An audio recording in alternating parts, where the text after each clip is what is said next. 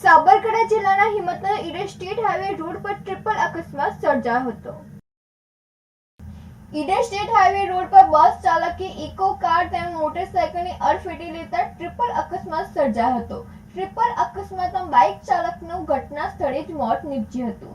તેમાં અકસ્માતમાં ઘાયલ થયેલ 2 વ્યક્તિઓને 108 ઇમરજન્સી એમ્બ્યુલન્સમાં સારવાર અર્થે હોસ્પિટલ ખસેડવામાં આવ્યા હતા। ઈડર તરફથી જતી બસે ઇકો કાર તેમજ બાઇક ચાલકની અડફેટે લેતા ટ્રાફિક જામના દ્રશ્યો સર્જાયા હતા। અકસ્માતને પગલે ઘટના સ્થળે લોકોના ટોળેટોળા એકઠા થયા હતા અને ગફલતભરી રીતે બસ હંકારનાર બસ ચાલક સામે વાહન ચાલકો સહિત રાહદારીઓમાં રોષ જોવા મળ્યો હતો। ઘટનાની જાણ થતાં પોલીસ ઘટના સ્થળે પહોંચી ટ્રાફિક સહિતની કાર્યવાહી હાથ ધરી હતી।